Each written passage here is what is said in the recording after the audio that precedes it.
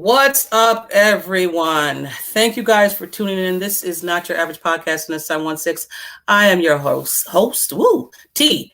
What up, y'all? I have a special guest. I am so Hey. happy that he took time out of his busy schedule to come on the pod with little old me. I'm gonna allow him to introduce himself. Well, I What's I am excited to kick it with my sister Tia Estelle from Not Your Average Podcast in the 716, repping that BIB. It's your boy Yes, Jspense the King. I don't know what you're talking about me being busy. This is officially off season I Spence. know. Like I'm chilling. I'm chilling. But you've been on some pods, so and then you did a spaces yesterday, so you busy. You're busy is not busy. I mean, you're busy. You're not busy. It's busy. Yeah, with the spaces, that kind of happened where it was just like I was on Twitter and I saw that they were doing it, so I jumped in, and then somebody Oh, like okay, just sent me the co-host thing, and I'm like, oh, okay, sure. But yeah, I right. normally I'm chilling. I haven't been doing much. That's what's up. Yeah, I'm grinding because it's off season.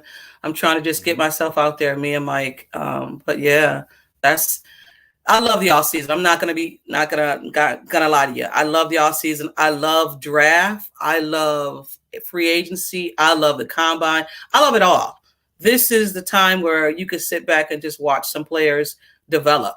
And this is what I love about the off season because the season it's like it's done. When the season starts, it's like all right, all this that you did, now go show it. Yeah, That's for what. sure. And so for me, from the space that we're in doing podcasts and content, I love the off season because this is the time of year where the players are relaxed and the players. So for what I do for my show, Code of Conduct, I typically do a lot of interviews and I have guests on. So this is the time of year where I can actually communicate with a lot of the players, and their schedules just are a lot more open and free, and I can do a Mm, lot of different things. So for me, I love this time of year. This year, I took a break because last year, actually the last 2 years, I just went straight through. I didn't stop. So gotcha. 365 for 2 years in a row, I kept going. And this year, I'm like, you know what? I'm going to recharge and hopefully try to come back this season. I'll be back in April. So as soon as I get Okay. back, I got some ideas and I got some things, a little bit of rebranding in the process now. All these, I'm not getting rid of them, but they won't be Mm. part of my branding anymore. So yeah, we're just gonna do some different things this year. It's gonna be fun. Okay. All right. Well, let's get into it then. Let's Okay. get it. I know it's early, but how do you feel going into the next season with the Bills? And yeah, I'll just stick that with that one. Well, I guess it depends on like what angle you want to look at it from. If you're going to talk about um, the team camaraderie and the chemistry that we saw for the last 2 seasons, I do think that there's a part of that may be in danger on both offense and defense. I think Okay. when you lose your offensive coordinator, a guy like Brian Daboll, who he's had some moments where Bills fans were kind of rough on him, and they said some things, and oh, he sucks, and oh, he's this, and we need that. We still had a top 3 offense. We still had, like, Josh Allen has developed into a stud, and you got to give Brian Daboll credit there. So as much as I love Ken Dorsey, and I think that things are gonna hopefully remain to go in the right direction, there's a risk at losing your leader in the offensive room and hoping that the ship continues to go in the same direction. But then Right. there is a part of it that makes me excited because I feel like now we saw Josh in that divisional round game. We saw Josh kind of graduate to the next step. We saw him go Mm-hmm. from being, a fringe top 5 quarterback in the eyes of the national media. We saw him go from that to being 1A, 1B with Patrick Mahomes. Now Right. everybody looks at him as if he is on the same level. He's on the same quality of everything, and there's some people that feel like, you know what, he has everything that Patrick Mahomes has and some. So just depending on who you talk to, Josh is taking that step forward. So what I'm looking forward to seeing going into the next year now is seeing Josh. I'm not comparing him this early to the Peyton Mannings and Tom Brady's, but what Mm-hmm. I'm looking forward to seeing is Josh take that next step to now take control of the offense like a Peyton Manning, Tom Brady, to where the offense flows. It really flows through them. Like, whatever the call is because that's what Josh wanted it to be, not because that's the call that came in and the players are going to do it. Josh is like, nope, I'm in the Florida game. This is what it is. That's what I'm Right. looking Yeah. forward to seeing from Josh. Yeah, changing plays at the line if he needs to, and not having Mhm. to have that in your ear or whatever. Yep. Yeah, And he had some yeah. freedom there this year where he was able to audible out of plays if so, or so he has some freedom there, but Mhm. it's a different level when you're talking about, in hindsight, you're going back 20 years and you talk about, or actually 30 years, good grief. You're going back and you're talking about the Buffalo Bills in the early 90s. Jim Kelly had full control of the offense. Yeah. It wasn't it wasn't where it's like, okay, he can just audible at the line. It's literally Jim Kelly was the quarterback that ushered in the era of the Peyton Manning controlling the offense, the Tom Brady's and Aaron Rodgers. So that's where we're at. That's where we're at. Yeah. I'm looking forward to seeing Josh be that guy and battle Patrick Mahomes and Justin Herbert and Joe Burrow for the next decade of Mhm. being like this new class of elite guys. These are the quarterbacks that we're going to be looking at for the next decade. Yeah, I can't wait to see that for Josh, because I think the last two playoff games put people on notice, and people now, GMs now are saying, we need a Josh Allen, to where that wasn't there when he came out. People were saying, Yeah. oh, he's not going to make it, this and the third. He's too raw. Now people are wanting a body type of Josh Allen. So that's it's different. It's a little annoying, isn't it, though? Like the part It that's annoying for me is. is it's like, because now you're like, for instance, okay, Brian Daboll, he signed with the New York Giants, right? So now Mhm. you got everybody out of New York, and New York is like the biggest market in the NFL. So now they talk about the Giants on every show on NFL Yep. Network, ESPN, and now you're gonna have everybody saying, yeah, Brian Daboll is gonna turn Daniel Jones into Josh Allen. He has to take a Josh Allen leap forward. Can we stop? Can we stop? As Bills fans, the thing about it is this: we've seen this, we've seen it. We are patient. We've seen that Josh, when he came in, yeah, he was raw as hell, but we also seen that talent there. So we've seen it. Yeah, Everybody's late to the table. We're here. We've already seen it. And you're like, oh, the absolutely. leap, the Josh Allen leap. I'm like, man, oh my, can we stop? Like, come on, can we stop? But I mean, I love it because he's getting that recognition. Let's be honest, we love it. He worked for it. He worked Yep, for it, so he deserves the absolutely. recognition, and that's kind of where I was going to go. It's like, as much as, I do want to give Brian Daboll credit, like I said earlier, but Josh Allen is not like every quarterback in the league. Like, he Nope. works hard. As much as he has fun, he works hard. And that guy, Yeah. if there's something that he doesn't like about his game, I guarantee you next season he fixes it. Mm-hmm. And like you mentioned, when he first came in, yeah, he was raw, but we saw, I can go and pick plays from year one and year two that he Yep. looked like the Josh Allen that we saw. The Mm-hmm. problem was, it just wasn't as consistent. He wasn't Right. able to put it together for 4 quarters and then another 4 quarters and then another. He just put together 8 quarters of football, really 9 quarters. He didn't get the ball back in overtime, but he put together 8 quarters of football in the playoffs on the biggest stage Mm-hmm. of perfect football. Yep. Perfect football. Yeah. And let's I be love it. honest, he also had some wide receivers back then that should not have been playing in the NFL. Let's just be honest there. Sorry, Like, I brought his name up, or not even bring it up, but you knew who I was talking about when I said that. So yeah, that dude's he was an offensive tackle. Are you kidding me? yeah, and he's there. Like the players that Josh played with in the beginning of his career, I don't even think they're playing. Maybe one may be playing. Robert Foster's not in the league. Kelvin Benjamin is not in the league.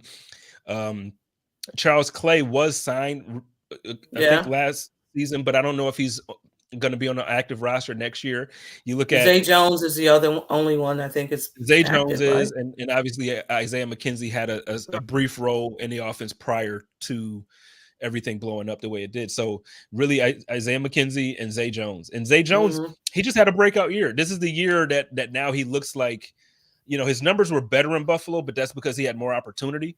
Now the quality of snaps that the opportunities that he's getting out there in Las Vegas, he's actually looked like a completely different player. He looks great. Yeah, he does. I'm not gonna lie, he does look great. Okay, if you were a GM, what moves would you make to improve the offense and the defense? So I kind of talked about this in the spaces yesterday, because there's a good number of people inside of Buffalo and outside of Buffalo that thinks the Buffalo Bills on defense really needs a dynamic pass rusher. And we've all said it for years. We've we want to get to the quarterback. Here's the thing. I think we have to put things in perspective. We have the number 1 ranked defense.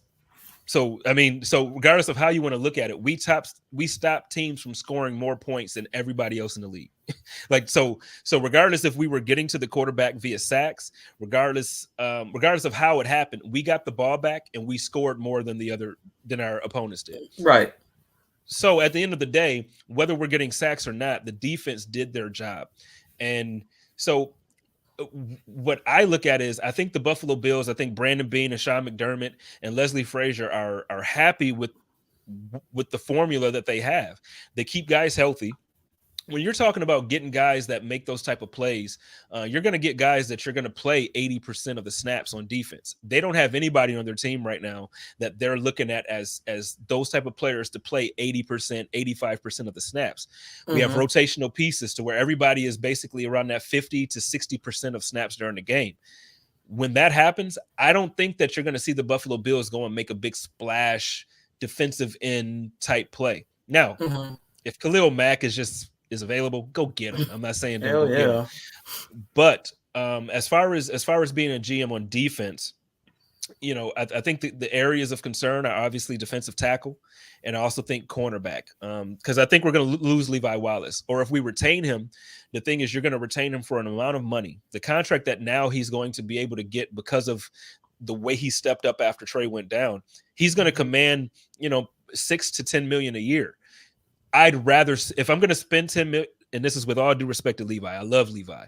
Right. However, if I'm going to spend $10 million, so put it like this: if I say, you know what, I got 2 cars for you, both of them are going to cost you $50,000, and I show you a 2022 Cadillac Escalade, and then I show you a 1998 whatever. 9 times out of 10, everybody gonna take that Escalade because absolutely it's improved, it's upgraded, the technology's better, it's faster, all that stuff. So the point that I'm making about Levi is, like, while Levi is reliable, while Levi has done everything that the team has asked him to do, and he doesn't go off script, and he plays hard. The thing is, if I can get a guy that I know is maybe a step away from being a shutdown corner, maybe 2 steps away from being a shutdown corner, to go opposite of Trey, you do that, because now you got an all-pro safety. You got a guy that should have been an all-pro safety back there with him, with Micah Hyde and Jordan Poyer. You got Trey White. And then if you can get a guy that's on a similar caliber, yeah, you go and get a cornerback to shut down the air attack. In this day, you need air. You need to stop the air. So for me, I think the Buffalo Bills look to continue what they're doing. I think continuity is important. Over the offseason, you're going to have a lot of people trying to change the makeup of the team because we didn't win the last game. Yeah. But when you look at it, the Buffalo Bills 2 years in a row went in with the same type of roster, basically. You got Sanders was different, and then obviously Trey went down, so we were different at cornerback. But when you look at the matchup, the Buffalo Bills completely played a better game against the Chiefs this year than they did last year in the AFC Championship. For sure. And the difference was health. They were healthy. Yeah. So while you have the media and you have fans all saying we need to completely figure this thing out, we need to get faster, and we need to get, the Buffalo Bills are like, wait a minute, if we would have got the ball back first at overtime, we probably wouldn't have this conversation right now. Absolutely. And Josh won the game twice, so Josh won the game twice. So why blow things up and say, no, I gotta make a splash? For what? We're really right there. People are talking about Saquon Barkley on offense or Christian McCaffrey on offense. Do you think we're a Saquon Barkley type talent away from winning a Super Bowl? I don't. I think if we would have beat the Kansas City Chiefs, I think we would have won the Super Bowl. Yeah. With Devin Singletary. And that's what hurts. And that's what hurts about this whole season with the Buffalo Bills, because it was unfinished business that was left on the field. And as fans, we know that. I'm not a type of fan that say just explode all this stuff up, let's start over. You can't. We're in a good space with the Buffalo Bills. Let's just breathe And I don't know if a running we do need a running back. We all know that, but I don't know if it's a running back. One running back will come here and change the change the Buffalo Bills, and like you said, make us go over that hump of going to the Super Bowl. I don't know a running back will do that. I think it's more in the trenches. I think for me. No, I agree with you and so when you mention the trenches, then for me as the GM, I know the offensive line started to gel and look a lot better. Feliciano didn't end the season as a starter, and the offensive line looked good. That's the GM role that I'm looking at. Okay, let's move on from Feliciano now, and let's go with the guys that we ended the year with, but let's get better depth. Let's draft guys. They drafted Spencer Brown last year. Let's draft it. I know you don't draft Spencer Brown every year, but there are some studs on the offensive line in this year's draft. Draft another one. We don't have wide receivers too. To me, wide receiver, and I've been saying this for months, and people have been dragging me. People have been angry with this take, but I said back in November that this team is going to look different next season. Emmanuel Sanders is going to retire. Cole Beasley now has requested a trade or requested permission to seek a trade. Isaiah McKenzie wants the bag. Now, we might miss out on all three of them. We might miss out on all three of them. And if we do, let me ask you this, because Joe Miller and I kind of got into a good debate about this. He's a big fan of Isaiah Hodgins. He's a fan of Jake Kumaro. Cool. That's cool. That's cool. Do you trust Isaiah Hodgins to fill in Emmanuel Sanders' role, or do you trust Jake Kumaro to fill in Cole Beasley's role? Or the thing, and the reason why I ask that question is when you look at the Super Bowl winning teams over the last 3 years, and you look at the talent that it took to win on the offensive and defensive side of the ball. So this year, who won, right? The Rams won. They had Odell Beckham Jr. as their second receiver. They had Cooper Kupp as their number one receiver. If Robert Woods didn't get hurt, guess what? Robert Woods would have been the second receiver. So you had three high caliber guys as your starters. So that's just off the rip. So when you're talking about the Buffalo Bills, we got Stephon Diggs. We got Gabriel Davis. After that, do you really want to trust Isaiah Hodgins? Is he the type of and this is with all respect to him. A lot of times people think when I have these criticisms or when I have these takes that disrespecting, I'm trashing the player. I'm not disrespecting them. What I'm saying is, to me, it's absolutely very clear that Isaiah Hodgins is not Calvin Ridley. It's very clear that they're not the same caliber of player. And when you're looking at the previous year, look at the Tampa Bay Buccaneers. Antonio Brown was wide receiver 3. He was the third receiver. Right. And he normally is one. He's the top dog. So when you're looking at the teams that's winning these Super Bowls and there's talent across the board. So am I worried about the wide receiver position? Yes, I would absolutely love if the Buffalo Bills use our number one draft pick, our first round draft pick this year on a wide receiver. I know it's deep and you can get one in the second round, you can get one in the third round.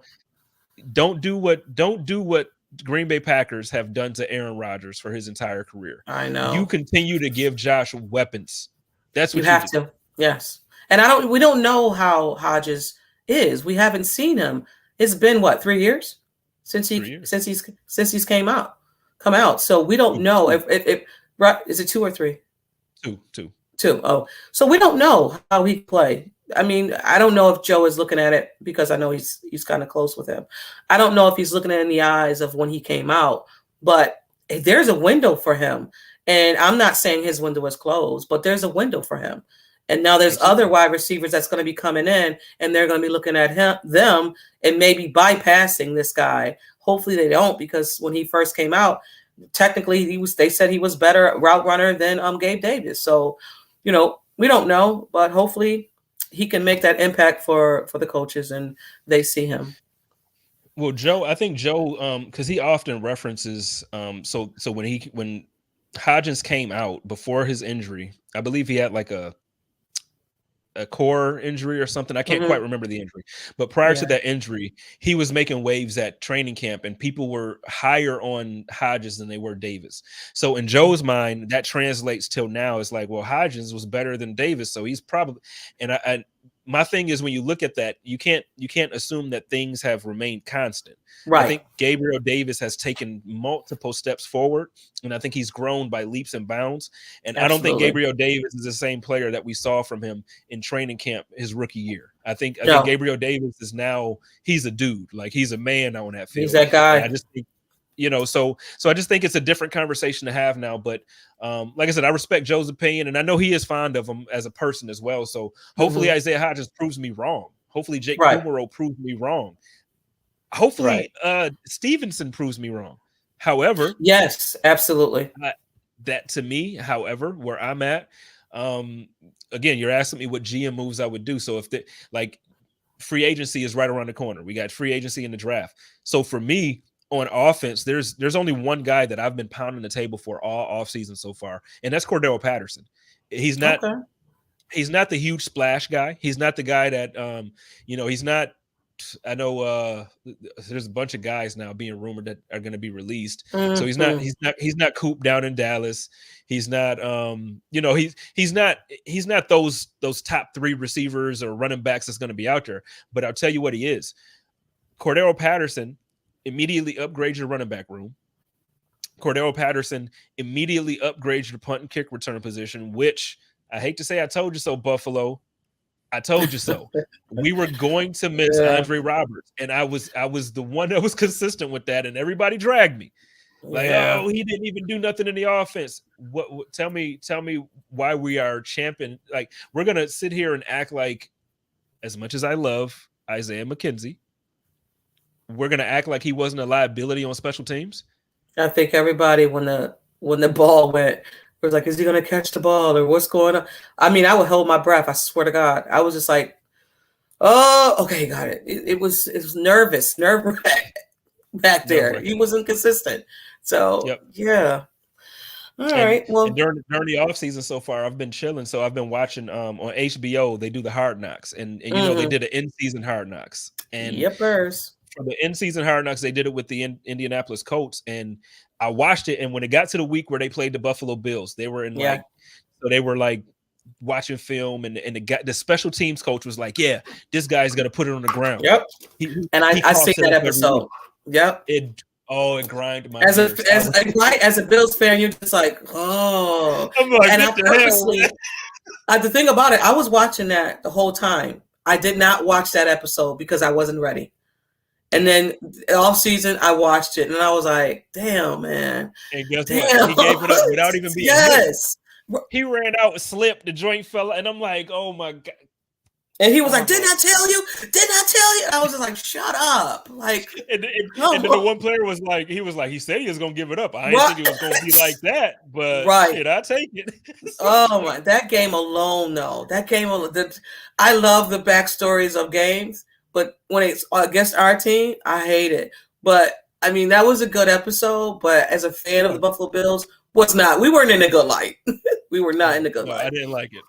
Yeah. I did like how they portrayed Josh there. Like, they portrayed Josh as being a top 3 quarterback. I absolutely love that. But yeah, the other stuff. And then they're in Buffalo, and you got the coach having dinner with Bruce Smith. Oh my God, I know. And then they come in and smack us. Like, Jonathan Taylor gets 5 touchdowns and runs for 800 yards. The guy's like, 1, 2, 3, 4. I'm like, you know what? I'm like, yo, man, this mother freaky. I'm like, where the hell is my remote? Okay. Turn this crap off. Absolutely. And I mean, speaking of Cole Beasley, and now that he requested, I guess, a trade or whatever, does that change for you? Does anybody in the draft or free agency, does Cole Beasley requesting that? Does that change your mind about who you want in the Buffalo Bills now? No. Well, for me, like I said, I've been on the receiver being the first draft pick back since November now. But what it does for me, I think you still want to draft a receiver, but I also think it opens the door for for Brandon Beane, once he kind of creates some cap space with whatever restructures and whatever cuts and everything he's going to do, I think maybe you do go and look at a Christian Kirk, or you do go and look at the possibility of trading for a Calvin Ridley. Like right now, I hear that it's like a second round draft pick.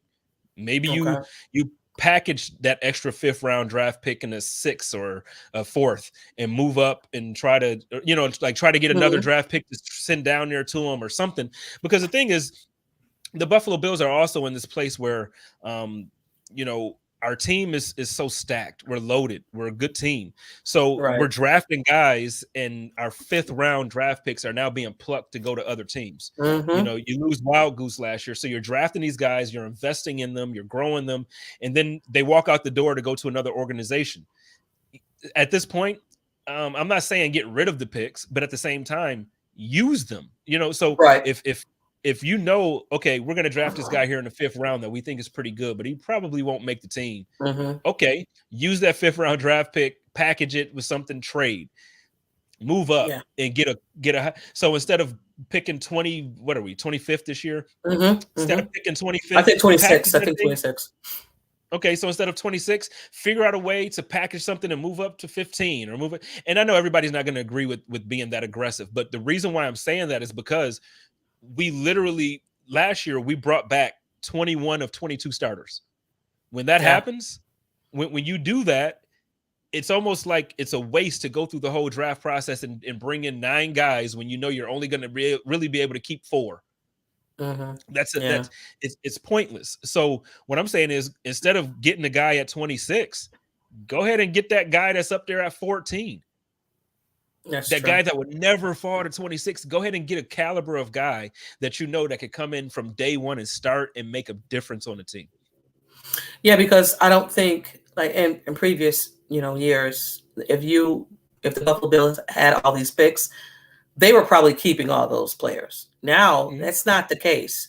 We don't need all those players, and like you said, do a package deal or whatever the case may be. Because if your pick, I don't know, 180, 9 times, you might not make the team. So yes, let's just that pick, give it to someone, or like you said, put in a package deal, because we need players that we need to help us win towards going towards the Super Bowl. We don't need players just to be here. We need those players to help us win, because Buffalo Bills in a different mind space right now. We're not that let's just make the finals or the playoffs, and that's great season. No, we're not there. We're past that now. We're past the playoffs. And then, like we you have said, moved on to something else. We're past that. So like back to the Levi conversation and back to like moving up and all this stuff. So now you're talking about $8 million to $10 million a year for Levi Wallace. Go out and trade a 5th round draft pick for James Bradberry. Go and get James Bradberry for the same amount, the same salary. You're getting a better cornerback, as opposed to drafting a guy that's not going to make the team anyway, that's going to be plucked off your practice squad to go and play for the Jets or go and play for New England. Like, instead of doing that, trade that draft pick and get a guy that is going to make your roster, that's going to upgrade the position that last year, some people thought going into last season they should have upgraded. So that's all I'm saying. And look, I trust Brandon Beane. He's gonna do the best thing for the team, like he has. But I just think that now, going into year 5 of this, year 6, whatever it is, Brandon Beane and Sean McDermott now have a completely different scenario than they did when they drafted Josh. So you can't build best player available. I always appreciate and love how Brandon Beane builds teams that way. However, it's more than just saying, okay, we're going to draft best player available. Now it's how can we properly use all of our resources that actually make sense for the team? Because you can have a phenomenal draft. Has to change too. Yeah, right. For sure. Yep. You have a phenomenal draft, but you're drafting for another team. Wild Goose is literally a New York Jet. Literally a New York Jet. Wow. Yeah. And I liked him. But you can't keep everybody. That being said, what one player you wish you seen more of last season? There's actually quite a few. I wish I'll go with 2 of them though. Okay. I'll go with two of them. So both on offense. I wish that Antonio Williams would have gotten a shot. Maybe some weeks Mm, over Moss. I think that I don't know if many people remember watching him at North Carolina, but he's not the guy that's considered like a speedy back, but he compared to what we have with Devin Singletary and Zach Moss, he's absolutely a change of pace back. And I think that he hits the hole hard, he runs hard. I think he's very good. I would have liked to see him get opportunity. And then also I've been saying this. I think Isaiah McKenzie is the key to the Buffalo Bills offense being. Now, I'm very critical of him in special teams. Obviously, you just heard me talk about mhm, how he put the ball on the ground. But as a wide receiver, him being on the field opens up so much for Stephon Diggs. It opens so much for Cole Beasley. It opened up for everybody. And I wish that the Buffalo Bills would have utilized him a little bit more, because for me, if I'm Cole Beasley going into this offseason as a free agent, and say the Bills do call and say, hey, you know what, we absolutely want to retain you, we want to keep you. Why would I want to be retained or kept by a team who barely used me in the offense in the first place? right. And we have film on him being a key role. He's played on this team in a key role before in the offense, and then we got away from it. We've seen him be like the master of all of these all these gadget plays and things that we used him for, and he was very effective, and then we got away from it. Hmm.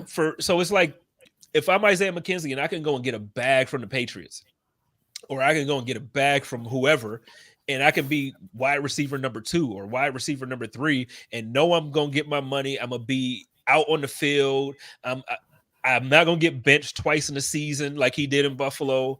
Like, why? Now he might really love Buffalo the way he says he does, and he might really play for a bag of candy.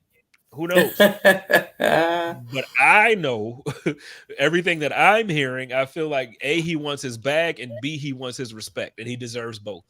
Absolutely, he does. I mean, he took a major cut last year. Yeah, Like he major. said, he would play for candy. He's not going to play for candy this year. You're going to have to put some donuts, some cupcakes, and something in there, because he's not going to do it. And he shouldn't. A lot of people say that players shouldn't take discounts, and I'm kind of on that as well.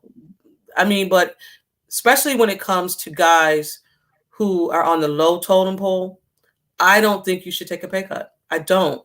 Like, I mean, pretty sure Josh Allen took a pay cut. I mean, but it's still a lot of money. I just don't believe you're out there. You never know what can happen, especially for an Isaiah McKenzie. So I wouldn't be mad if he's gone, but him gone, Beasley gone, and Sanders may be gone. That's a lot. And as a fan, I'm nervous, but I know your GM is going to do and make moves to where you won't miss them, I guess. You know what I mean? So that's the only thing that's holding me together, kind of, this off season, because we have that GM that can do it.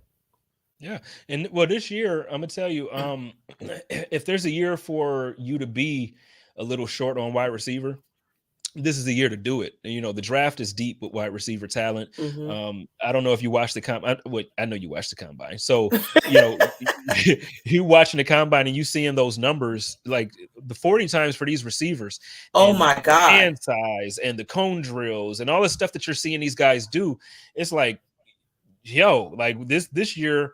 So in the same breath, I also want to say there's a realistic opportunity that Isaiah McKenzie does stay, Hmm. because the draft is so deep. There's a deep free agency class this year as well with wide receiver. Isaiah McKenzie might not get the bag he's looking for, so he Yep. might be forced to bet on himself again and say, you know what, I'll come back to Buffalo one more time, try to win this championship with Josh.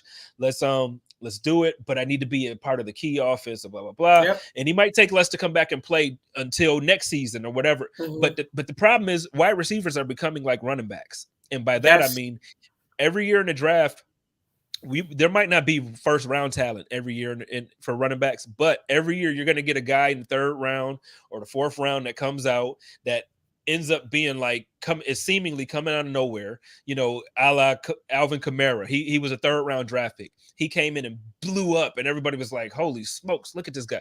Every year there's a 3rd round draft pick, Philip Lindsay from a couple years ago. Like, you look at these guys come in the 3rd and 4th round, and they're doing everything that you need for a running back to do, and they're beasting. We didn't get that from our 3rd round picks. We didn't get that from Devin Singletary and Moss. But I'm telling you, now that's how the wide receiver position is starting to be, where every year you're getting 5 guys that come out that pretty much are your wide receiver 1 or wide receiver 2. Justin Jefferson, if it wasn't for the fact that he already had a stud out there with him in Minnesota, Justin Jefferson by far would have been the number 1 receiver in Minnesota. Right. These guys are coming out of college now like that. Like, they're coming out, and you saw Cincinnati. Look at Cincinnati has 2 of them. Oh my gosh. It's crazy. It's crazy. Cincinnati, we play them. But yeah, speaking of combine, they were running a 4.2. I said, wait a minute, that cannot be right. A 4.2. The guy pulled up because of his, I don't know what happened, but he injured himself. But there are some fast wide receivers out there. And I was having a discussion on Twitter about that, and I think a rookie can come in and step in and play a great role depending on that rookie. And he was saying most rookies can't, and, back and forth. And again, I don't do the back and forth with people. Your opinion is your opinion. Mine is mine. But, great to have, the interaction. But this rookie wide receiver room class is going to be special. I can kind of see that and hopefully the Bills will get some as well. My hope is for 2. I want 2. Oh, okay. I'm not mad at that. Speaking of quarterbacks a little bit, or of rookies, Joe Burrow, right? So the narrative that came out this season or last season, Joe Burrow was like the best quarterback in the AFC. Where do you put him? So it's tough because obviously his leadership qualities, if we're talking intangibles, I'll put him right dead at the top of the list. When it comes to intangibles, he just has that it factor. He has that swag. And I hate to use the word swag. I feel like it's so played, but he just has a certain thing about him that he just motivates the guys around him, and he wins. He reminds me of Doug Flutie in that sense. Like Doug Flutie, he didn't have the strongest arm. He wasn't Joe Burrow can throw it. So I don't want that to be misunderstood. Right. But I mean, like, Doug Flutie just had a thing about him. He was a winner, regardless of what situation you put him in. Doug Flutie was winning, and Joe Burrow is that kind of guy. But if you go outside of the intangibles and you're actually just looking at quarterback qualities, he's not a Josh Allen. He's not a Patrick Mahomes. He's not Joe Herbert. Or Justin Herbert. I'm sorry. So for me, he's about maybe 6 or 7 on my list, which is still a great spot. But there's no way I can put him in front of Aaron Rodgers. There's no way I could put him in front of Josh Allen and Patrick Mahomes and Justin Herbert and hell, I mean, he's lucky Tom Brady retired, because that's another slot that he was going to be behind. He's lucky that Deshaun Watson has these legal issues, because that's another spot that you're behind. He's lucky that, so there's guys in the league right now. When you look at, Matt Stafford just won a Super Bowl. Are we gonna sit here and say that it was just because of the team he was on, or are we gonna look back at the years that he didn't have anybody after Megatron retired and he still put up those numbers, but the team sucked? Yeah, Matt Stafford, he's a baller. So it just depends on. And some people put Lamar Jackson there. I personally don't. I love Lamar, but I don't put him as a top. I don't think he's a top quarterback, and that's a different discussion. We can go there later. But you can't put him. I think there's a good 6 or 7 guys that you just absolutely can't put Joe Burrow in front of. Yeah. I'm with you there. I just think it was just a narrative because of him being in a Super Bowl, and this is second year and he made it. And I was the type of fan. I was a fan that I don't want to be that fan, but I found myself watching the Super Bowl saying, please don't let him win, because all we're going to hear is that Joe Burrow is the number 1 AFC top quarterback. And I was just like, Oh, come on, y'all. Like, I serious. think All the work that these guys have done, that Josh Allen has done. And I'll put Jackson in that, Lamar Jackson in that. I'll put Justin Herbert and all of that. All the work that these guys have done, and you're just going to dismiss them. Come on. I don't think and I that's think I fair. tweeted something similarly to that. I was looking it up while you said that. It was one of those, and I'm like, oh yeah, I said I really like Burrow, but I don't want to argue all summer about why he's still not better than Mahomes or Allen. If he wins the Super Bowl, the Twitter world will be unbearable, and that's exactly what you're talking about. Because but in fairness to him, if he would have won, that's what winning does for you. Yeah, no, for sure. Josh Yes. Allen, his rookie year, when we or was it his second year when we went to the playoffs against the Texans and we lost.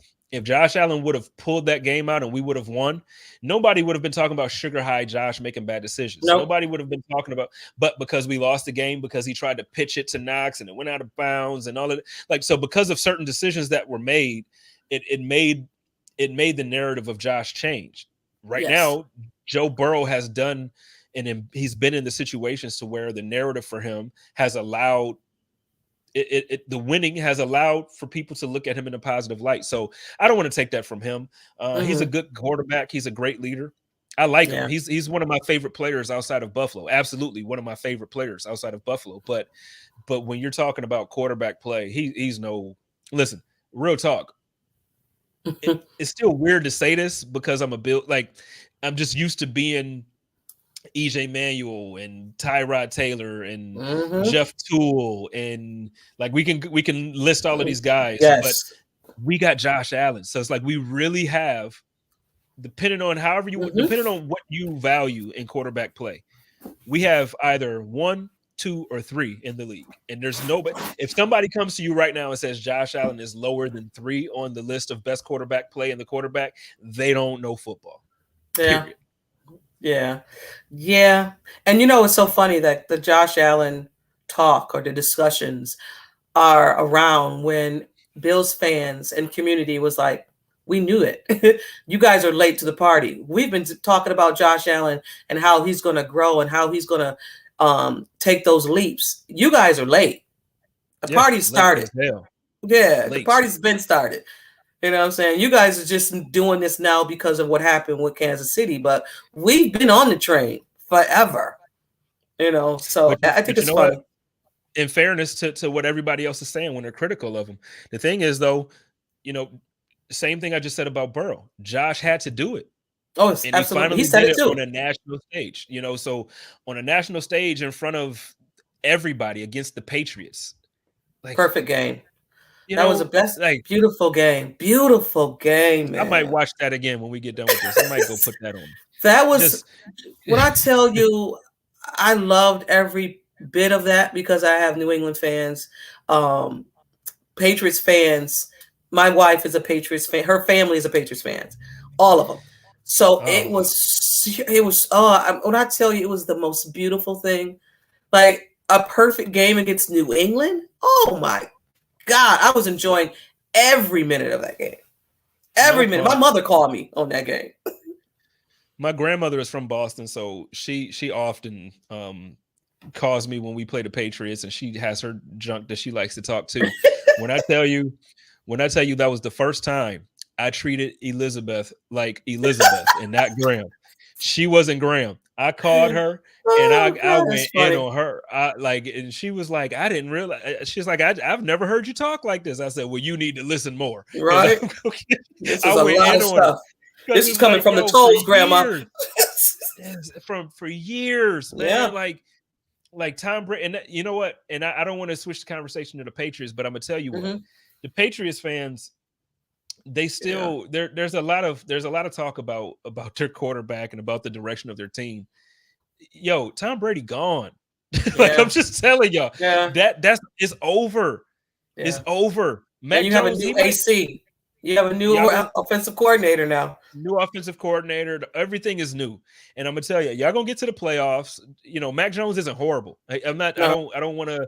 He's not horrible. I'm not a hater. But I'm gonna just tell you what. He's not Tom Brady. Y'all not about to control the division no more. Like, guess what? It's our time. The Buffalo Bills. It comes through 716. You're gonna ride through. You're gonna catch a plane into Buffalo or Cheektowaga, and you're gonna go ahead and drive through Buffalo, then go down to Orchard Park, and that's where it goes through. It's going through Orchard Park, and you just got to deal with it. We had to deal with it going through. I don't even. Hell yeah. I don't know. I don't even know. And I go there and visit. I don't know. Michigan, I don't know. Foxborough's cool. Massachusetts, I don't know. Yeah, Foxborough's cool. Don't get me wrong. It's a beautiful stadium. I love the stadium. But Boston, we ain't going there.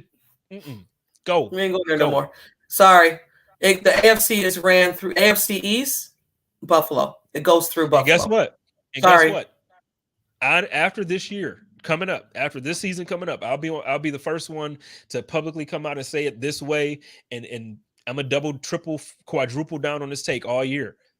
The AFC is going to start running through Buffalo as well, not just the AFC East. I'm telling you right now, the program that Sean McDermott is putting together and the consistency in the way that he's building the team. He's not building the team depending on Josh Allen. When you look at the Kansas City Chiefs depend on Patrick Mahomes. If Patrick Mahomes and that offense isn't going, their defense, they won a couple games from the season, but they're not winning games. The Buffalo Bills went into the playoffs with a top-rated defense and a top-rated offense. That doesn't happen every year for every team. The Bills are building consistently well-balanced teams. Yeah. The NFL is about to go through. I'm telling you, I said last year, like, I haven't been more sure of something since I said LeBron was going to bring the Lakers another championship, and he did it in the bubble. Okay. I promise you, within the next 3 years, I'm serious. All right, Chloe. What is it? What is her name? Cleo. Miss Cleo. Miss Cleo. But I'm telling you, I look, and I know a lot of people watch sports and they know sports, so I'm not no better than anybody else. And this is just my personal feeling. But I mean, I watch a lot of sports. I watch a lot of football. I watch trends. I'm in banking and numbers. So trends for me, numbers, statistics for me matter. When you watch everything and you put everything together, the Buffalo Bills are trending the right way to the right places. They're not just getting there. I don't think Cincinnati Bengals are even going to make the playoffs next year. That's what I'm telling you. A lot of people are saying that too. Yeah. They caught on at the right time. They were hot. They won games the right way, but they won games in a way that's not sustainable. The way the Buffalo Bills are building their team, they're building their team to stop teams from scoring and for their offense to score well. Like, that's what they're doing. And speaking of Cincinnati or the Bengals, you can't sustain that because your quarterback is getting sacked 7 to 9 times. Come on now. That man, and not even that, he came out that he had an injury after the Super Bowl. He had an MCL. It doesn't need sprain. Yeah, right. He doesn't need surgery for it, but he's getting killed back there. You cannot keep allowing your quarterback to get killed back there. And I'll tell you what, if it wasn't the Super Bowl, he wouldn't have stayed in that game.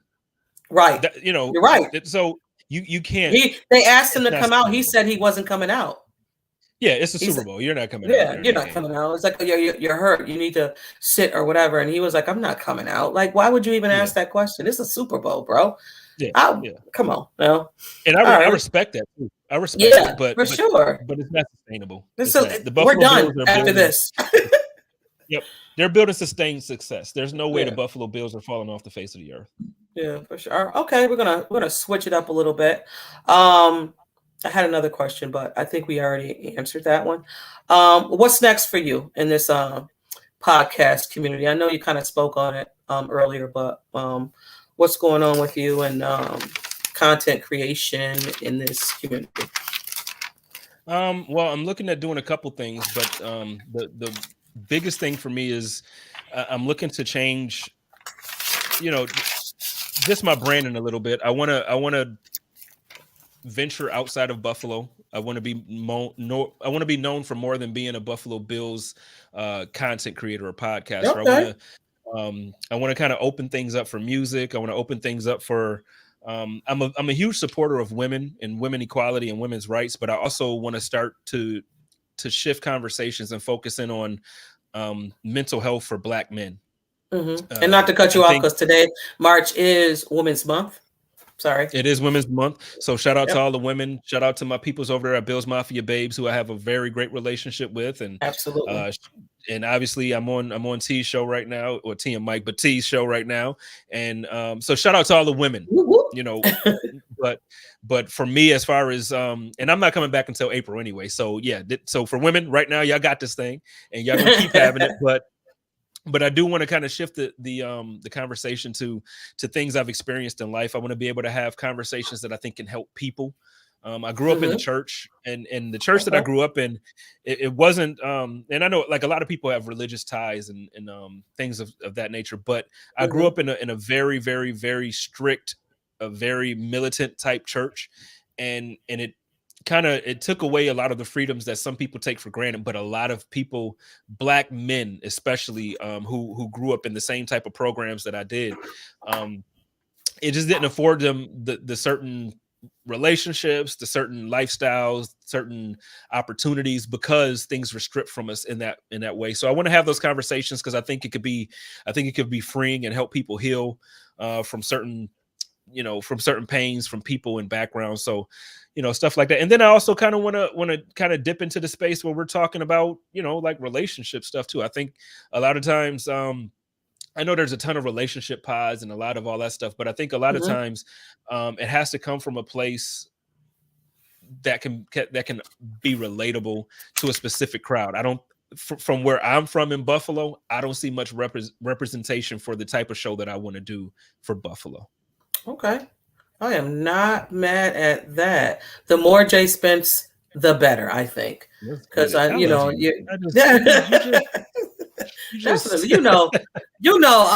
support everything you do, because I just think you're such a positive person in the community and a positive person in general. So if people have issues, they have issues with themselves, because you always bring out nothing but positivity. So, like, I want all of that for you, for sure. I appreciate it. I try, and because the thing is, I want everybody to love, and because what I'm realizing is, and I'm not we don't have to talk about this a lot, but like what I'm realizing is, with my life, things are cool. Houses, cars, money, whatever it is that you're into, they're cool. But the thing is, you can have all that stuff, and I'm just learning that now, like, relationships matter more than anything that I've ever had. So, like, having a good relationship with you as my sister, having a good relationship with like, for me it's worth so much more than money. So I want to help people understand their pains and their traumas, and then move past them, so that way they can build healthy relationships with people who matter. So that's really what I'm all about. Definitely love that for you. Oh, I can't wait, because I can see it. I can definitely see that. All right, we're gonna keep it light. We're going light. I got quick draw, or quick. Let's get it. Yeah, quick fire. I did not send them to you, because I just want you to go top of the dome. So, cake or cookies? So you thinking too much? Cookies. Beer, because or weed? I love both. Oh, okay. I say beer or weed. Okay, you say weed. Weed, yeah, weed. Football or basketball?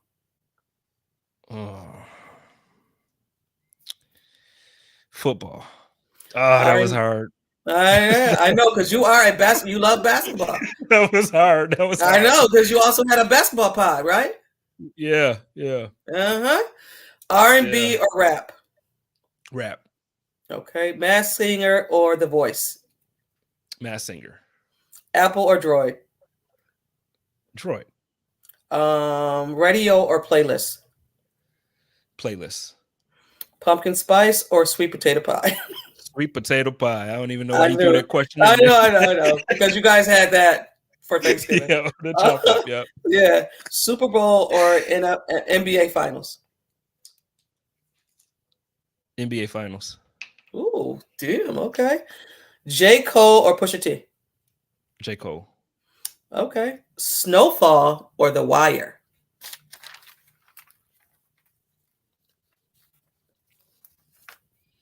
If this was Drink Champs, I would take a drink. So that's what I should have did, right? Snowfall. Yeah, okay. I'm going to say Snowfall, though. The reason why I'm going to say Snowfall, though, is because, like, I watched The Wire, and I understand why everybody looks at it as like one of the greatest street shows and hood Mm-hmm. shows, but I didn't get into it when it was out, so I went Yeah, me back to neither. watching it. It didn't have the same effect on me. Yep. Snowfall, I'm into it. Like I'm Phew. in the Snowfall. I can't. I didn't even see the last one, so I got to go and watch it today. Me and Go my catch wife. up. You got to Yeah. text me when you're Yeah. done. I'm gonna that Okay. thing is I will. It was fire. yeah. They Okay. doing it I right. would. Okay. All right. Another one: loyalty or respect, and why? Loyalty. And I'm gonna go why? loyalty because I feel like if you're loyal to me, you're not gonna be loyal to somebody that you don't respect. So I think Okay. loyalty kind of encompasses, it already has that respect factor built in there. Because again, if you're loyal to me, you're not going to do something to betray my love and loyalty. Respect, you can respect me, but if like the respect factor can be from a distance, and there doesn't have to be loyalty at all. And you could straight up, you could get over on me on some business stuff or on some things that and still respect me. Like I can respect your craft. For instance, I completely respect Mac Jones as an NFL caliber player. I am not loyal to that dude. It's Okay, so putting it Josh that Allen, way, my guy. I love that because I always say respect, but I can see why. Yeah, okay, I like that. All right, last one: the 2020 Bills or the 2021 Bills, and why? 2021 Bills. I'm gonna go with that team because I just think that they were more balanced overall. So 2020, it was fun. It was absolutely a fun ride because it was unexpected. We went 13-3. Mhm. The offense looked like wow. Josh was that MVP caliber candidate or the candidate player, and but the thing was the defense wasn't that good. We were middle of the pack. We couldn't stop the run. We were giving up just about as many points as we were scoring, but Josh scored more. Mhm. So it was just a little bit more of a frustrating from a defensive aspect. We were winning, so it didn't matter. But from a Right. defensive aspect, it was a lot more frustrating. This year, we had some moments that were frustrating, like when we played against the Jaguars and when we played against, we had a couple. But Mhm. overall, Josh was still Josh, but that defense was lights out this year. And even with the loss of Trey, the defense didn't fall off. So for me, if you give me a team with the top 5 offense and the top 5 defense every year, give it to me. Give it to me. Okay, I'm not mad at that. That was surprising, but I'm not mad at that. All right, so I got one more for you. You Okay. know the Amazing Race game, right? Show. Yeah. If you had to pick one player, one partner from the Buffalo Bills, who would it be and why? I thought about this one because you actually included this in the questions. So I thought Hmm. about this one. And I know people are going to think this answer is coming from the place that this love has come from all year, but it's not. I really, really, really, really thought this one through. I'm going to go Tremaine Edmonds. Okay. And the reason why I'm going to go Tremaine Edmonds is because Tremaine has the physical attributes that I don't think anybody else on the team does. Maybe Josh would be the closest physically gifted player when it comes to like just dominant. So Tremaine has the length. He's fast too. I think he's deceptively fast. You can't Hmm. quite tell how fast he is, Because he's but he's tall. super tall. He's long. His wingspan is long. He's fast. And I just think he's also smart. I know a lot of times fans give him a tough time because things don't quite translate the way they want to see it translate. Can I But stop you there? yeah. You say that, right? And I don't think people understand that he's a middle linebacker, right? And Well, we his play a nickel, so it's like he's a middle linebacker, but right, really we only run the 2 at the time. But right, yeah. but he has the headset. Am I right? Yep. So in order for him to have the headset, he has to have some smarts there. He's Just the that, quarterback. just right. So go ahead. I'll finish up because Yeah. people kill me No, with I that. mean, well, but that was Oh, it too. It's like he's one of the most intelligent players on the team. He's a leader. And he leads by example. He doesn't always have to be out there rah-rah screaming and doing mhm. it, but he leads and he does his thing. And the thing is, again, Lorenzo Alexander sunned me on this. We have Yep. these expectations from these players, and we say, "Oh my God, he missed the hole, he missed the tackle." When in essence, the players like Lorenzo, when he came on to chop up the one time, he was like, "Well, no, if you really actually know the play, you know that he's exactly where he was supposed to be. Like, that wasn't even his assignment. He was supposed to be looking at this, and he was supposed to be doing that. And Bills fans would think, the guy ran by Tremaine. Tremaine missed him. I just, and I tell you what, I know Bills fans don't like, I can list a ton of guys that Rex Ryan. They don't like Rex Ryan because he wasn't a good head coach. But guess what? He's a Hall of Fame caliber defensive coordinator. He is a wonderful defensive mind. The way he talks about Tremaine Edmonds, I think I'm going to trust Rex. The way Baldy talks about Tremaine Edmonds, I think I'm going to trust Baldy. Like, there's guys who have coached in the NFL and know what they're doing. They know how to scout players. And if they're building teams, they would all take a Tremaine Edmonds. So I'm not going to be that guy to run Tremaine out of town like y'all trying to do with Cole right now. I'm not going to be the one doing it. I love Tremaine.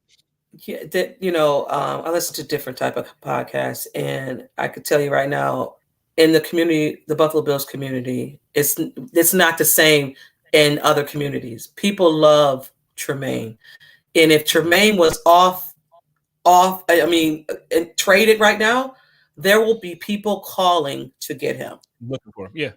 They're looking for him. Every presser, like week by week, we play against teams and coaches come out, and when they're asking who they scheme for on defense, they normally mention our safeties, Micah Hyde and Jordan Poyer. Yep. When Trey White was healthy, they mentioned Trey White, and they mentioned Tremaine Edmonds because his length. There are so many plays that he doesn't get credit for because there's not a statistic for it.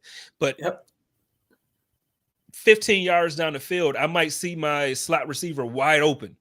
Guess what? I'm not throwing over the middle of the field because Tremaine Edmonds is so freaking long that he can intercept it, even if he's only 7 yards down the field. We've seen it. And so again, we don't have to get into a Tremaine thing because I love him, but it's about the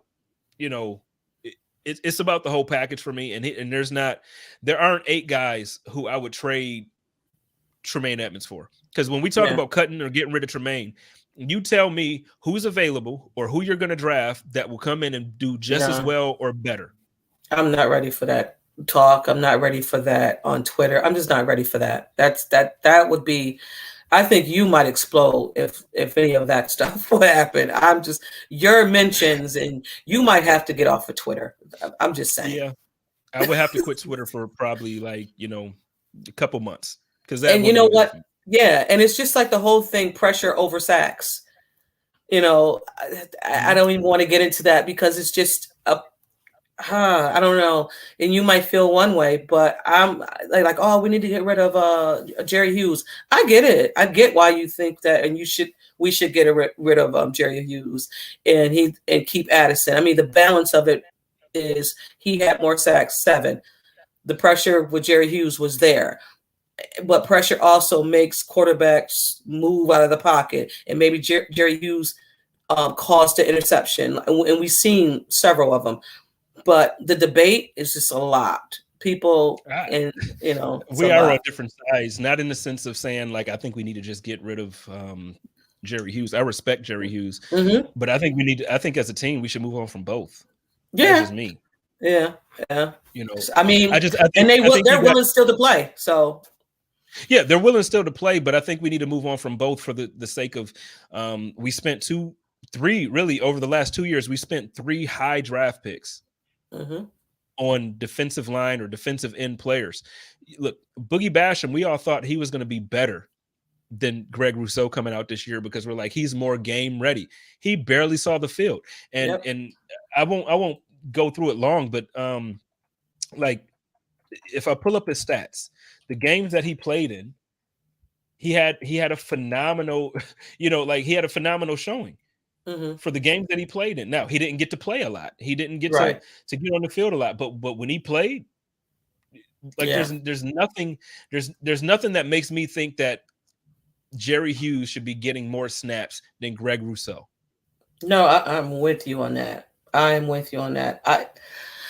I guess what it is for me, are we ready to walk away for either one of them and say that we're ready for Rousseau, Boogie Basham, AJ Epinesa to step up to where there's no quote unquote leadership in that room? Are we ready for that? Well, I feel like there's still going to be leadership in the room. Like if you, so say we got rid of Jerry, say we got rid of Mario, you still got Star. They're not going to move on from Star this year. It's too The much dead money. cap is too much, so they're not going to Yeah. move on from him. So he's a leader. He's a vet. And at this point, you're looking at Harrison Phillips as a vet. Right. You know, you're looking at like these guys have now been in the league for 4 or 5 years. So now we're not in a situation where we have a rookie. We don't have you know, Greg Rousseau wouldn't be the most tenured player on the defense. Like we actually have leaders on the defensive side of the ball. You got 2 linebackers back there in Matt Milano and Tremaine Edmonds that's still communicating with that line. You got Ed Oliver going into his 4th year now, getting ready to look at the possibility of a 5th year extension or a 5th year option. So you got guys now that's been in the league that know how to be professionals and know how to prepare. You look at, I'm looking at the game. So in the divisional game against the actually, that's the wild card game. The wild card game against the Patriots. Obviously, we won that game 47-17. It was a slack, and like we destroyed them. Boogie Basham had 3 tackles and a sack in that game. During the season, guess what? He had 2 sacks during the season. Guess how many games he actually really got a chance to play in? 3. Really? Sacks he played against the Jets, or let me say this, where he has stats. I don't mean where he was active. He was active. I'm sure he was active more, but he got to play that stat. So against the Panthers, we won 31-14. He had 4 tackles. You get what I'm saying? Like this is what we got to look at. You got to look at the fact that these guys don't get opportunity because we're rotating these guys in and out. Which I hate. Hughes is playing 6. Now I hate it. I'm with you. But I understand what the Buffalo Bills are doing. They believe that the healthiest team at the end of the season probably will win the Super Bowl. Which is true. Okay. I love it. But I think Ed Oliver needs to be in more than 40% or 50%. Why? And I'm just playing devil's advocate here. I'm not disagreeing with you. Because for him, I think he is the main piece that starts that defense. Ed Oliver, towards the end of the season, the beginning of the season, I mean, he was kind of, slow. But towards the end of the season, he was still, double teaming. They didn't even know what star or not star. I'm sorry. Harrison Phillips was in there. Those 2 together, the teams didn't know what to do. I think if you play him more and more of a get a rhythm, if he gets that rhythm, I think it's better for the Buffalo Bills. I just think, I may be wrong. I get why they rotate, like you said, towards the end of the season, healthy, injuries. But I just think it's better for the Bills if he plays more. Okay. Now, I agree with you to an extent, but let me ask you this. So when you're talking about that, so it's like same, and this is the same conversation I have with people that say, you guys need to go out and get a dynamic edge rusher and get a guy that's going to disrupt the backfield and do this, that, and the third, right? So I agree with you. But then when you're talking about throughout the entire year, the Buffalo Bills allowed 17 points a game, and they only allowed in total defense 272.8 yards per game. So the thing is, if we're leading the league in these areas, if we're the best team as far as allowed points, we're the best team as far as allowed yards, why do we feel like we have to change the formula? I get you. So that's what I mean. Like, I agree with you that Ed Oliver is that dude. I agree with you that I think that Boogie Basham should be in there for 75% of the snaps instead of 40. I think that Greg Rousseau should be in there for 75% of the snaps instead of 40. So I'm agreeing with you. But what I'm saying is, I think the Buffalo Bills are looking at it like, but why? We still got 17 points per game. We still got 272.8 yards per game. Why? So that's how I look at it. I think when we're looking at these things as fans, it's tough to not want your team to perform top notch on every level. And it's hit or miss. Like, it's one of those things where it's good and it's bad because you're looking at it from, the perspective of we're the first generation, like our age group. We're the first Madden generation, really. Like, Madden came out when we were kids. So we learned how to dominate football on the video game. So now we want our professional teams to look exactly the way the Madden games and exactly the way all that stuff does. So when you play Madden growing up and you're doing all these things, you're used to being able to dominate on defense and dominate on offense, and we wanted to translate to the league. So you look at the Buffalo Bills and you're like, yeah, we should be scoring 40 points a game and holding teams to 3 points a game. That's just not realistic. Right. So that's why I say, like, when everybody gives these pointers or everybody gives these talks, for me, it's like, yeah, true. But right. The Buffalo Bills have a formula that appears to be working. They allowed just 17 points a game, and they were scoring, I think, 27? I think they averaged, or I got to look. I don't know the number off the top of my head, but they were top in the league in scoring, like one of the top teams in scoring. They were the top team on defense. I think the Buffalo Bills are absolutely. I think offseason, this conversation is different than last year offseason. Last year offseason, you got your ass beat by the Kansas City Chiefs, and it was like, okay, we got to figure some things out, or we're not healthy. We need to figure out how to be healthy. Okay, right. This year, I think it's like, no, we this team was exactly what we wanted it to look like by the time the playoffs got here. We just went to overtime, and every once in a while, you're gonna go against a quarterback that's just on.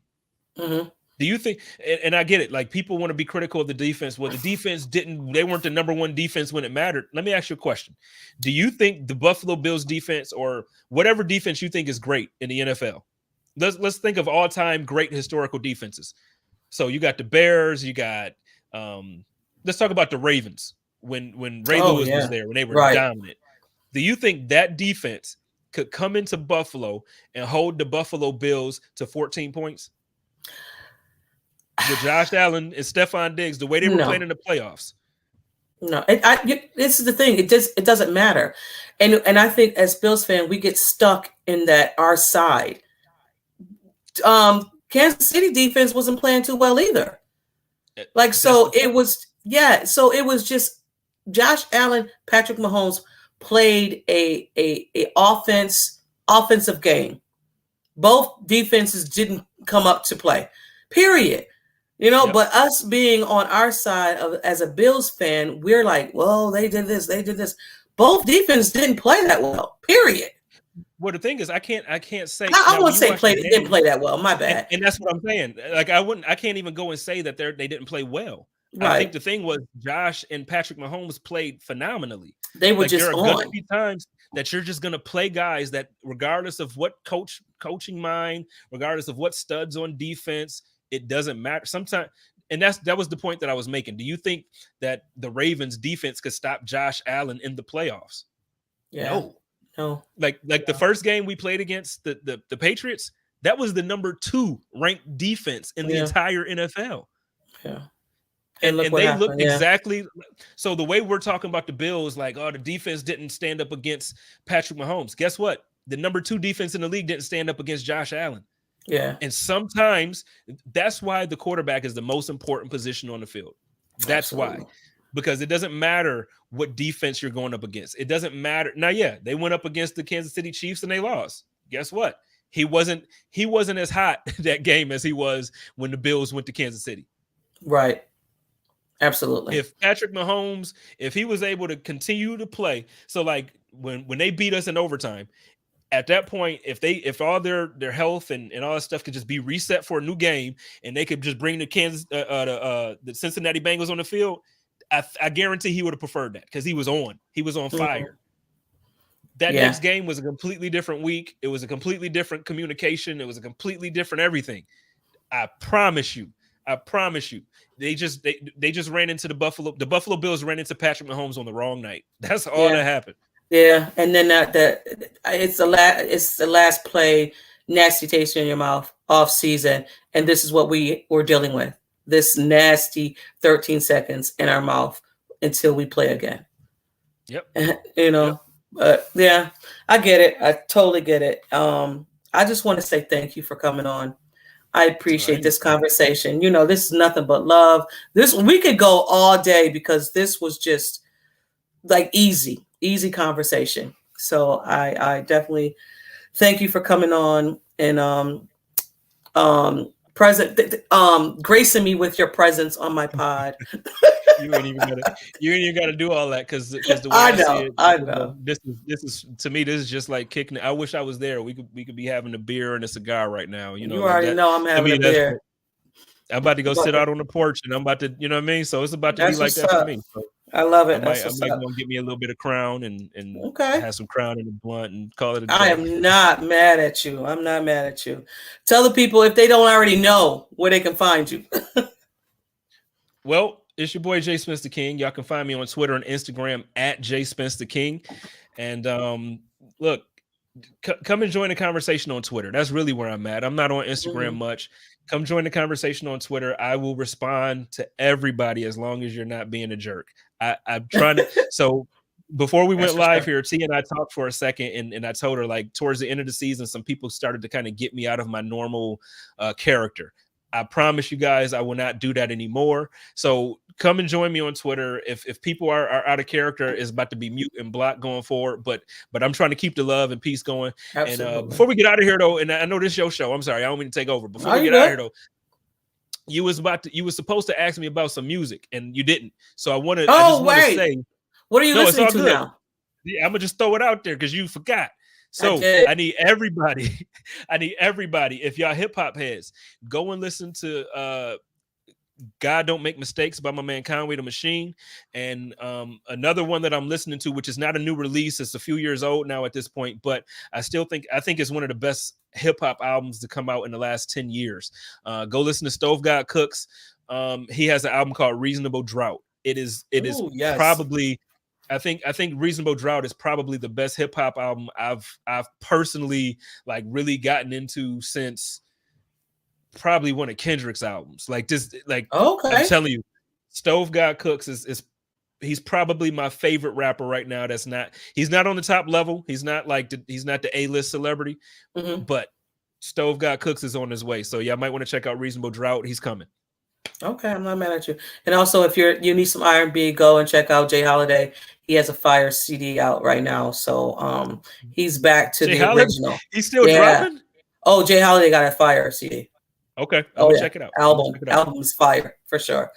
But yeah, again, thank you for coming on. I appreciate it so much. I am T. I am one half of Not Your Average Podcast in the 716. We are on the Building Buffalo Network. Go over there and check out some amazing content that drops every single day. We drop on Sundays. We're live on Thursdays at 2:00. Come over there and check us out. Interact with us. We don't take ourselves too serious at all. We don't do stats at all. We just like to have fun. So go over there and check us out. So peace, y'all. One love. We love you. Go Bills. Go Bills.